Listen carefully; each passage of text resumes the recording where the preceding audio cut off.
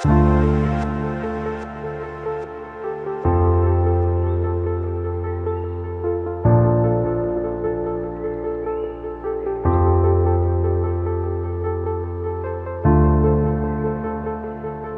think the world is facing a crisis of multilateralism, which I use as the subject of my talk to the graduating class of the Geneva School of Diplomacy. My worry is that particularly certain trends that began already towards the end of the first decade of the 21st century in terms of the backlash in the developed world against globalization, which had done so much to transform the world in the preceding 30 years. That backlash has then been supplemented by two major crises: the coronavirus pandemic and the Russian invasion of Ukraine and the ongoing war, all of which have had profound consequences for world order, as well as for the willingness and interest of countries to collaborate and make things work. And in these circumstances, the challenge to getting countries together, to overlooking the need for their own self-protection and their own very narrowly defined interests, and instead looking at the interests of their common humanity, that I think is far more difficult to speak about with any conviction than at any time in the last half a century, maybe even more after World War II. So for these reasons, I think the principal challenge of the 21st century diplomacy now is to find common ground, to bring all of humanity together to face the kinds of challenges that the COVID pandemic and the Ukraine war have revealed we're all facing. These are what Kofi Annan would have called problems without passports, for which we need blueprints without borders in order to resolve them.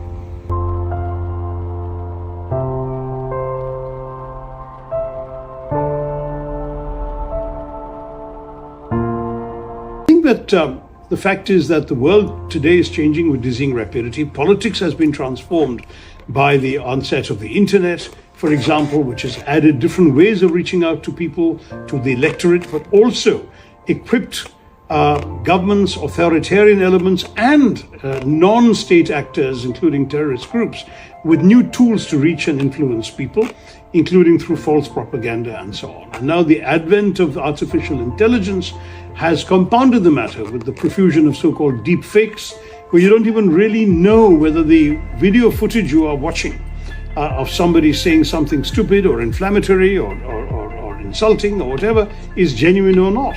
Because now the skills that are available through artificial intelligence and related software is making it possible to manipulate even images and voices of real people. You can imagine benign applications where suddenly an actor dies halfway through a film, and you can somehow use artificial intelligence to sort of keep his images alive to finish the film with. But that kind of thing has not yet, I think, successfully been done very often. But the other kind of thing, the damaging, dangerous, destructive manufacture of propaganda and negative stuff, is also coming around. So on the one hand, countries are more equipped than other to interfere around the world and to interfere with other countries. Let's not forget, in 2016, the Russians kind of enrolled themselves in the American voters' rolls during the elections of 2016. That kind of thing is more and more possible now, and the diplomatic challenge is that much greater. But so also are the opportunities in today's world for more direct face-to-face contact and more interaction. I think in some ways, all of these developments are a reminder that the old-fashioned need for diplomats to meet each other face-to-face and direct each other and directly be in touch with each other has actually been more underscored by today's technologies.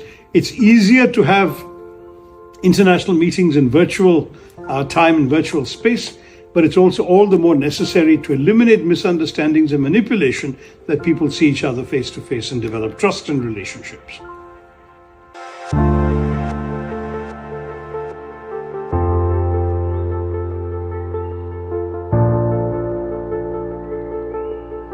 I've been fond of Geneva, despite what in my experience was rather awful weather, but this time I'm seeing gorgeous sunshine.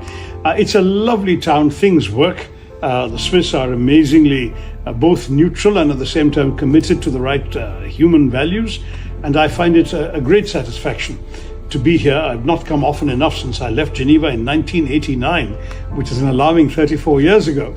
I've only made about 4 visits in these 34 years, and I feel a bit sad because there are many things, many aspects of the city that I remember with great fondness, including, of course, the efforts of the international diplomats based here to resolve and to tackle major world problems and challenges.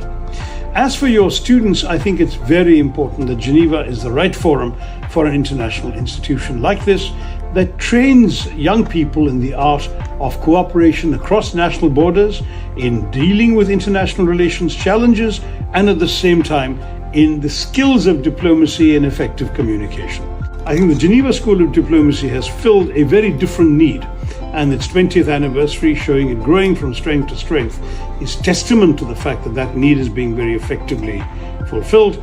And I'm very pleased to see the graduating class meet the young students and see for myself how much they have benefited from this experience of being at the Geneva School of Diplomacy.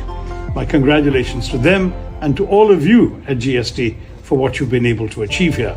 Long may the efforts continue, and long may the school continue to turn out citizens of the world for the 21st century.